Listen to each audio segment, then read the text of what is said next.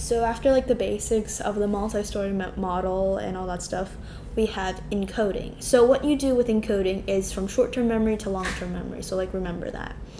So encoding has two types of processes, give or take. You have shallow processes and deep processes. So shallow processes are like you first look at something and what do you think? Like your first thought. That's like very shallow. It's not very deep. And deep processes, well, it's opposite of shadow, right? Shallow, not shadow. Shallow. So like imagine like a language arts teacher's like, what does this sentence mean? What does rose mean in this situation? It connects. Like there's something that's deeper, like with meaning in it. So like, yeah, and then there's visual encoding, which is basically like you see like a colored word and helps you memorize it more than like a regular black word. And acoustic, like rhymes, like acoustic encodings are like rhymes, like something I can't think of the top of my head. And then semantic is like connecting with past memories. Now in this scenario, visual and acoustic are shallow processes because it's when you first visualize or when you first hear, like it just pops in your head. Semantic is deep because it is just floating in your head. You're connecting it, you're making it deeper, you're making it easier to remember. And then of course there's like situations of like how encoding works. Like mass practice is like cramming, like I sort of am right now, but we'll get to that later.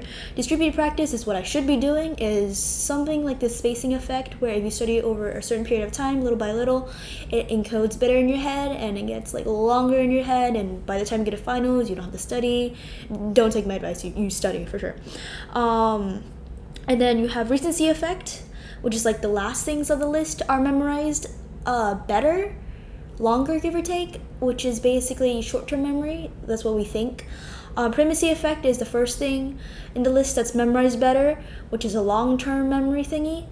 I don't know why it just says so. Serial position effect is basically where the things in the middle are the least remembered, because it's something.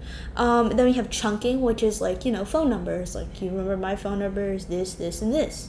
Or you remember your friend's phone number, your mom's phone number when you're younger, because you didn't have a phone, so you had to use someone else's phone. Or, And then mnemonics like PEMDAS, like, da-da-da-da-da. And then you have hierarchies. So hierarchies are like you sort them in different groups in your head. Like to memorize vegetables, you have a certain category for them. You have beans and potatoes or something like that. And then that's all, I think. In my notes, that is all. But see y'all later.